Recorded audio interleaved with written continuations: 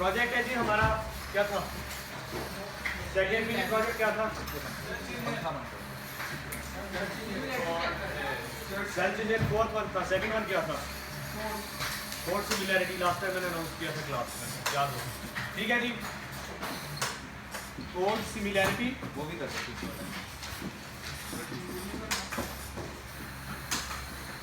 Checker. Okay, जो आपका plagiarism check होता है या सिमिलैरिटी चेक होती है। सिमिलैरिटी बेसिकली कोई भी दो डॉक्यूमेंट्स के बीच में कितना ज़्यादा कंटेंट सिमिलर है, तो सिमिलैरिटी सिंपल कहते हैं। चेक कैसे होती है, आपके पास एक डॉक्यूमेंट है, ठीक है, ये एक सेट ऑफ डॉक्यूमेंट्स के साथ कंपेयर होता है, ठीक है, ये डॉक्यूमेंट इन सब के साथ कंपेयर होगा। कैसे कंपेयर होगा वो हम देख लेते हैं थोड़ी देर में। जो भी रिजल्ट्स आते हैं उसके नंबर्स आते हैं, परसेंटेजेस आती हैं, वो हमारे पास एज आउटपुट आ जाती है, हमें पता चल जाता है कि इसके साथ कितना मैच आ रहा है कि नहीं आ रहा। तीन मेजर सर्विसेज हैं हमारे पास, मेजर, उसके अलावा काफ़ी सारी हैं। मॉस, जेप्लैग एंड टर्नेट। मॉस और जेप्लैग है वो आइडियल है आपके कोड की चेकिंग के लिए। उसकी जो इनपुट है वो ये होती है कि आपकी क्लास की सबमिशन, ये दो ग्रुप ऑफ स्टूडेंट्स की सबमिशन, उसके ऊपर वो चलता है। सिंगल के ऊपर वो काम नहीं कर सकता क्योंकि उसके पास जो कंपैरिजन है वो उसने आपकी फाइल्स को ही कंपेयर करना आपके साथ, ठीक है। एक स्टूडेंट की फाइल उठाई, उसको बाकी सबके साथ कंपेयर कर लिया, फिर नेक्स्ट की उठाई, उससे बाकी सबके साथ कंपेयर कर लिया। जो टर्नेटन है उसमें क्या होता है, डॉक्यूमेंट्स की एक रिपोजिटरी होती है, काम वही चीज़ हो रही है, लेकिन इस वक्त सबके मैचेज नहीं हो रहे होते। एक का मैच, एक सिंगल असाइनमेंट अपलोड हुई, वो इन सबके साथ मैच होगी। अब यहाँ तक तो बात ठीक है कि मैच होगा। एनी आइडिया, जस्ट आप किसी का गेस हो कि क्या हो सकता है प्रोसीजर कि ये इतनी तेजी से ये काम हो जाता है, ठीक है ना, टेक मिनट्स। ये डॉक्यूमेंट हो सकता है मिलियंस में हो, ठीक है। आप एक डॉक्यूमेंट अपलोड करते हैं, आधे घंटे में आपको रिपोर्ट आ जाती है। या आप जब मॉस यूज कर रहे होते हैं, सारी क्लास की जो कंपैरिजन होते हैं वो तकरीबन अंडर अ मिनट हमारे पास रिजल्ट आपके आ जाते हैं, लेस देन अ मिनट। तो आपके ख्याल में कैसे चेकिंग होती है, एनी गेस?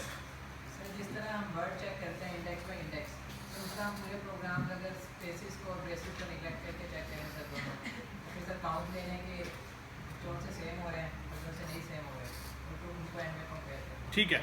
बेसिकली तो कंपैरिजन ही होना, हम इसको तो एग्री करते हैं। Next is character comparison. मेरे पास दो नंबर, एक है दिस इंटीजर नंबर, इसका मैंने कंपैरिजन चेक करना है इसके साथ, ठीक, और एक है करैक्टर अरे जिसका मैंने कंपैरिजन चेक करना है इसके साथ। किसमें ज्यादा टाइम लगेगा, किसमें ज्यादा टाइम लगेगा, क्यों भला? ये सिंगल कंपैरिजन में हो जाएगा, ये कितने में होगा, कितने वर्स्ट केस में कितने कंपैरिजन होंगे, 6 होंगे ना, 5 होंगे, इस साइड 5 है तो वर्स्ट केस में 5 कंपैरिजन होंगे। तब तक आप 5 इंटीजर चेक कर चुके होंगे। तो हमें कोई ऐसा मेथड डिवाइस करना है जिसके लिए, जिसको यूज करते हुए हम ये जो कंपैरिजन हैं अपने, एक तो इनको इंटीजर में कन्वर्ट कर लें किसी तरह, और दूसरे कम से कम कंपैरिजन करके हम एक्चुअल फाइंड आउट कर सकें कि ये कितना सिमिलर है, सिमिलरिटी है या नहीं, अगर है तो कितनी है। मैं पहले बताता चलूं कि जो टेक्निक हम यूज करेंगे, जो डिस्कस करेंगे, ये सिर्फ एक ओवरव्यू टेक्निक है। इसमें और बहुत सी चीजें इन्वॉल्व होती हैं जो सिस्टम को मजबूत बनाती हैं, ठीक है, इसकी एक्यूरेसी को बढ़ाती हैं। हम जो डिस्कस करेंगे शायद एक्यूरेसी को ना बढ़ा सके, लेकिन वो आपको आइडिया जरूर दे देगा, ठीक है। तो हम एक सैंपल सेंटेंस लेते हैं, देखते हैं उसके साथ होता क्या है। एक सिंपल सेंटेंस हमने लिखा, let's say this is a cat comma it's good, something like that, ठीक। ये सेंटेंस मेरे पास एक आ गया, टेक्स्ट भी हो सकता है कंप्लीट, इससे ज्यादा भी हो सकता है। मैंने करना क्या, इसमें से इनमें से जो मेरे फीचर्स, ऐसी चीजें, ऐसे कैरेक्टर्स हैं जो मुझे रिक्वायर नहीं है, वो मैंने रिमूव कर देने हैं। इसमें क्या हो सकते हैं ऐसे फीचर, स्पेस हो सकता है, कॉमा हो सकता है, फुल स्टॉप हो सकता है। इसे मैं रिमूव करके स्ट्रिंग बनाऊं तो मेरे पास क्या बनेगी? This is cat it's good. बन गया। अब प्रॉब्लम क्या हुई है इसमें? हमने वो तो कर लिया, लेकिन इसमें इशू क्या आया? वर्ड खत्म हो गया, वर्ड खत्म हो गया। अब प्लेजरिज्म में आपने देखा होगा कि आपके डॉक्यूमेंट में लाजमी नहीं होता कि जो चेकिंग हो रही है वो ये कि एक सेंटेंस अगर टॉप पे आया तो दूसरे डॉक्यूमेंट के भी टॉप पे आया हो, वो अगर नीचे भी आया हो कहीं तभी वो मैच कर लेता है। तो हमने इस टेक्निक को इस तरीके से यूज करते हैं कि वो शफलिंग वाली चीज को भी किसी तरह हैंडल कर लें। ठीक, तो हम इसके बनाएंगे pairs, not pairs, basically sets. Let's say 5 character का एक सेट बनाएंगे, लेकिन सेट हमने इस तरीके से बनाना है कि किसी न किसी एक सेट में कंप्लीट वर्ड आ जाए। ठीक, तो उसके लिए हम करेंगे क्या? हम पहला सेट बनाएंगे 5 लेटर्स का हमने चलना है। तो दिस आई 5 हो गए, 3 2 5। नेक्स्ट इससे आगे नहीं चलना, ठीक है। नेक्स्ट आपने एक कैरेक्टर आगे चलना है, HISIA,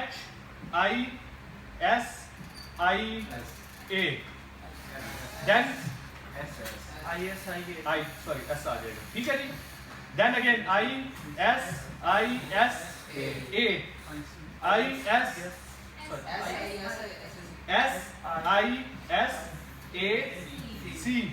एंड देन इस तरीके से ये आइडिया हो रहा है। इस तरीके से बनते जाएंगे सेट्स। तो इस एक सेंटेंस के भी आपके अराउंड 10 से 12 सेट बन जाएंगे। बड़ा पैराग्राफ होगा उतने ज्यादा बनते जाएंगे, ठीक है।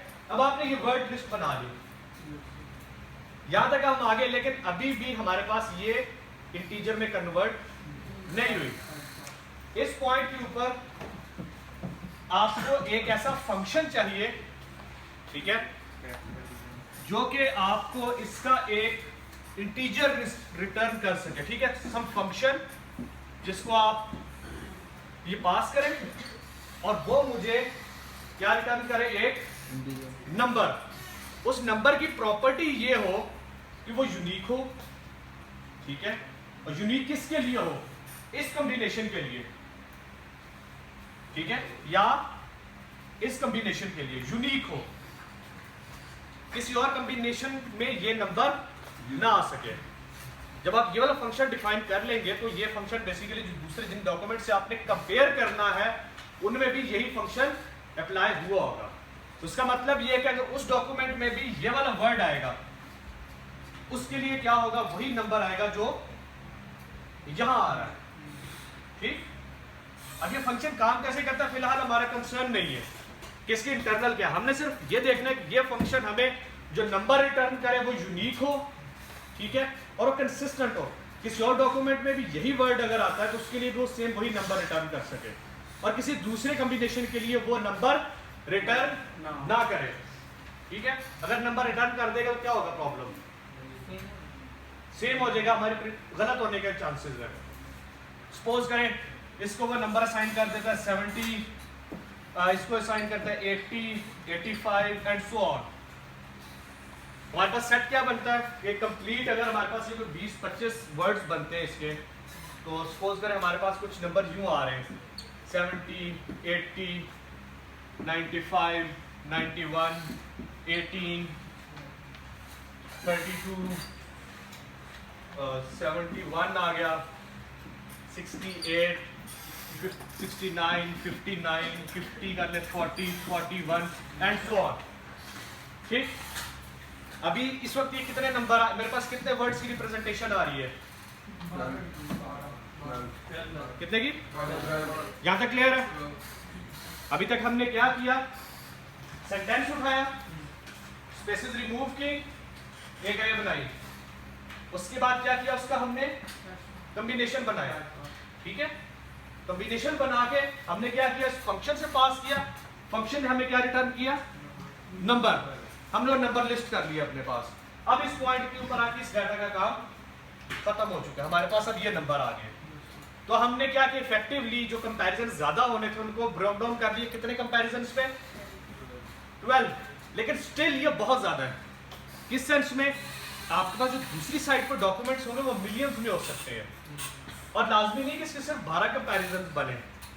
आपके पास एक अगर 100 वर्ड्स का एसे है तो उसके ऊपर इमेजिन करें कितने बनेंगे कंपैरिजन, कितने ज्यादा वर्ड्स बन जाएंगे। ठीक है, फिर भी ज्यादा है।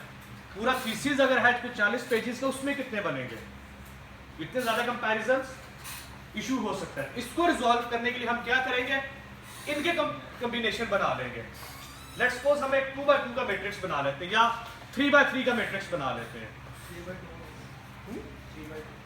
3x2 का बना नहीं, ये नहीं। एक मैट्रिक्स बना सकते हैं, ये नहीं कह रहा कितने का, हम आर्बिट्रेरी साइज ले लेते हैं, 2x2 का ले लेते हैं। 2x2 के मैट्रिक्स में अगर हम इसी तरतीब में नंबर पड़े हुए हैं, क्या करेंगे जी? 70, 80, 95, 91, पहला मैट्रिक्स बन गया। नेक्स्ट मैट्रिक्स क्या होना चाहिए? अगेन ख्याल रखें, ओवरलैप 80 से, जिस तरह आपने यहां किया था वही अब हमने यहीं पे करना है। जरा माइंड में बनाए, हम अपने डाटा को जाया नहीं होने देना चाह रहे हैं, हम कोशिश कर रहे हैं कि डाटा भी रिटेन रहे और कॉम्बिनेशन भी हमारे जरा अच्छे बनते जाए। तो अब हमारे पास नेक्स्ट क्या होगा? यहाँ से 80, 95, 91, 18, नेक्स्ट क्या बनेगा? 95, 91, 32, डन। समझ आ रही है ना? यहाँ तक बन गए। अच्छा जी, अब आपने बनाए, ये स्टिल काफी ज्यादा होंगे बड़े डॉक्यूमेंट के लिए। आपने फाइल में ये सारे मैट्रिक्स सेव कर लिए एक एक करके। ठीक है, पहले मैट्रिक्स रखा 2x2, 2x2, जैसे हमने आज किया काम। उसके बाद अब क्या करना? अब हमारी बारी आ रही कंपैरिजंस करने की। जहां तक हमने काम कर लिया, अब हमने कंपेयर करना है। कंपेयर करने के लिए हम क्या करेंगे? इन मैट्रिक्स में से लेट्स से ये हमारे पास मैट्रिक्स बने 20, ठीक है, या ये बन गया 30 मैट्रिक्स या 50 मैट्रिक्स बन गए। हमने क्या करना है कि इनमें से 10 मैट्रिक्स उठा लेंगे रैंडमली। ठीक है, हमने कोई भी एक नंबर, हमने से पहला मैट्रिक्स उठाया, अगले 4 मैट्रिक्स स्किप कर दिए, फिर 5वां उठा लिया, फिर उसके बाद स्किप कर दिया। ठीक है, तो हमने कोशिश करी कि रैंडम रखें थोड़ा सा डाटा को। ठीक है, तो हमने 10 मैट्रिक्स उठाए इस डॉक्यूमेंट से जिसको हमने अब कंपेयर करना था। फिर जिस डॉक्यूमेंट के साथ कंपेयर होने लगा उसमें भी ये प्रोसेस करके आपने मैट्रिक्स उसके भी डेफिनेटली जनरेट हुए होंगे, तो 10 मैट्रिक्स उसके उठा लेने हैं। 10 मैट्रिक्स इसके आगे, 10 मैट्रिक्स इसके आगे, टोटल हो सकता है दोनों के 100 मैट्रिक्स हो, हमें इससे कंसर्न नहीं है। अब क्या करना है? उन मैट्रिक्स को, जैसे सपोज करें ये 2 मैट्रिक्स आए, ठीक है, ये डॉक्यूमेंट 1 में से है, सपोज कर लेते हैं इसे, ठीक है, और ये डॉक्यूमेंट 2 में से है।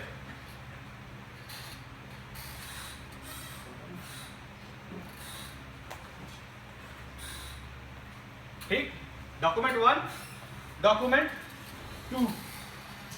अब आपने क्या करना है? इसका करना है फाइंड डिफरेंस। ठीक है, पूरे मैट्रिक्स का डिफरेंस। वो कैसे हो सकता है? डिफरेंस माइनस कर दे। ठीक है, इस मैट्रिक्स को इस मैट्रिक्स में से माइनस कर देंगे, इसको इसमें से कर ले, एलिमेंट बाय एलिमेंट। 70, 80 में से होगा, इसका लिखते क्या मैट्रिक्स बनेगा? 10, then 15, then 4, and then कितना बनेगा? 73। फाइन, ओके, ठीक है जी, ये हमारे पास आ गया। अब इन सारे नंबरों का आपने कर लेना है ऐड। नंबर से ऐड किए तो आपके पास कोई भी एक नंबर एक्स आ सकता है। यहां पर आके आपने एक डिफाइन कर लेना है एक नंबर पहले से, जिसे हम नाम देंगे थ्रेशोल्ड का। ठीक है, लेट्स से आपने नंबर डिफाइन कर दिया 50 या 60। आपके ख्याल में ये है कि अगर 60 नंबर है, 60 आ गया, ठीक है, डिफरेंस, तो अगर इसका सारे का सम ग्रेटर हो जाए 60 से, इसका क्या मतलब होगा लॉजिकली? नहीं, अगर 2 मैट्रिक्स हमने थ्रेशोल्ड रखी है इस चीज की कि ये सिमिलर है या नहीं, डिसीजन करने के लिए, बाइनरी डिसीजन करने के लिए, 60 से अगर ऊपर हो जाता है, अगर 60 से थ्रेशोल्ड ऊपर हो जाती है तो सिमिलर है। अच्छा, एक नंबर है मेरे पास 2, 3, एक नंबर है 1, 10, अगर इन दोनों का हम चेक करेंगे कौन से नंबर सिमिलर है तो क्या बनेगा, डिफरेंस करके हमने चेक करने के करीब करीब नंबर कौन से हैं। 1 और 10 हो गई या करीब करीब नंबर कौन से हैं, क्यों कम है, क्यों करीब है, उनमें डिफरेंस कम है। यहाँ पर वो हम नहीं लगा सकते एनालॉजी, हमने डिफरेंस लिया, डिफरेंस का हमने सम लिया, सम को हमने उस नंबर से जो थ्रेशोल्ड नंबर रखा था अपना उससे कंपेयर कर लिया। अगर तो नंबर उससे कम है, ठीक है, तो क्या हो जाएगा, सिमिलैरिटी ज्यादा है। अगर दो मैट्रिक्स का जो डिफरेंस है वो थ्रेशोल्ड से कम है तो सिमिलैरिटी ज्यादा है, अगर थ्रेशोल्ड से ऊपर है तो सिमिलैरिटी कम है। ठीक है, सिमिलैरिटी कम का मतलब ये है कि वो सेम नहीं है। ठीक, तो आपने इस तरह का फाइंड कर लिया। तो हमने 60 से ऊपर देखा मैट्रिक्स को नंबर से x से, तो हमने डिफाइन कर लिया कि ये जी 1 1 को हमने कंपेयर किया, उसका डिफरेंस ज्यादा आ गया। ठीक है, उस एक नंबर से जो आपने यूजर इनपुट ले ली या आपने पहले से कांस्टेंट डिफाइन कर लिया, अगर उससे ज्यादा हो जाता है तो आपने उसे निगलेक्ट कर देना है। ठीक, अब 10 10 के मैट्रिक्स में से अगर 6 मैट्रिक्स उस थ्रेशोल्ड से नीचे है, ठीक है, 4 ऊपर है, ठीक है, तो क्या परसेंटेज बनेगी,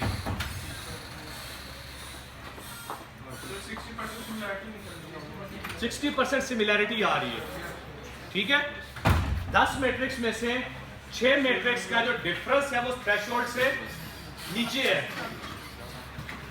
बाकी 4 का ऊपर है तो हमने डिस्कार्ड कर देते। 4 के 6 का नीचे तो हमने देखा, हमने 6 किया, 6 divided by 10 multiply by 100, answer है तो 60% सिमिलैरिटी हमारे पास आ गई है। That's it. ठीक है, इसमें से जो ट्रिकी पार्ट है, अभी ये बहुत बेसिक टेक्निक थी, ट्रिकी पार्ट था वो जो फंक्शन जो ये नंबर डिफाइन कर रहा था। ठीक है, इसकी डेफिनेशन इसको कैसे बनाएंगे ये मैटर ज्यादा करता है। ठीक है जी, वो आप जैसे मर्जी, बात वही है ना, आपने रिक्वायरमेंट देख ले कि यूनिक होना चाहिए। ठीक है, आपने अगर टाइप कास्ट करके जिस तरह कह रहे हैं हम ऐड कर लें तो रन, और अगर ये हो जाए दोनों का सिमिलर आएगा, जो भी हो, वर्ड है ना, एक वर्ड है उसका रिवर्स या उसमें वही कैरेक्टर्स यूज हो रहे हो, उस केस में नंबर सिमिलर आएगा। लेकिन टेक्निक इसी तरह की हम यूज करेंगे। ठीक है, ज्यादा डिफरेंट नहीं रखेंगे, यही यूज करेंगे। लेकिन बताना ये चाह रहा हूँ कि इसकी जो अच्छी है, कितना अच्छा चलेगा वो इस चीज पर डिपेंड करता है कि आपने साइज कितना रखा था इनका। ठीक है, साइज बड़ा होगा तो एक्यूरेसी ज्यादा होगी कि छोटा होगा तो एक्यूरेसी छोटा होगा साइज तो एक्यूरेसी ज्यादा होगी, लेकिन उसके बाद कंपैरिजन ज्यादा हो जाएंगे। ठीक है, साइज बड़ा होगा हम तेजी से कर लेंगे, हमारे मैचेस तो आ जाएंगे, लेकिन सेंसिटिविटी कम हो जाएगी। लेकिन अगर किसी एक खास जो मैक्सिमम एक वर्ड पड़ा हुआ है उससे छोटा आप कोई साइज रखेंगे तो फिर आपका वो वर्ड कभी भी नहीं बनेगा, वो कभी नहीं बनेगा। तो आपने एटलीस्ट जो सबसे बड़ा वर्ड है उससे साइज बड़ा होना चाहिए। हाँ, तो हम इसको 5 या 6 या 7, यूजुअली 7 तक सेट कर लेते हैं। प्रोग्रामिंग के में चूंकि इतने बड़े बड़े वर्ड्स नहीं होते, इवन वो जो सॉफ्टवेयर होता है वो पहले से प्रोसेस कर लेता है उस डाटा को। ठीक है, तो वो आपके जो बड़े बड़े आपने लिखे होते हैं वर्ड उनको भी छोटा कर लेता है ऑटोमेटिकली, एक ताकि एक लाइन में आ जाए। इसीलिए जब आप अपने कोड में वेरिएबल का नाम चेंज कर देते हैं तो भी कोई फर्क नहीं पड़ता। ठीक है, अगर आपने यूं लिखा हुआ है ना अपने कोड में, एक स्टूडेंट ने इंट ए, इंट बी और इंट सी लिखा है, और दूसरा स्टूडेंट ने इसको कर दिया है int num1, int num2, num3, तो कोई फर्क नहीं पड़ेगा। क्यों फर्क नहीं पड़ेगा? ये ए बी सी है, वो 3 डिफरेंट है।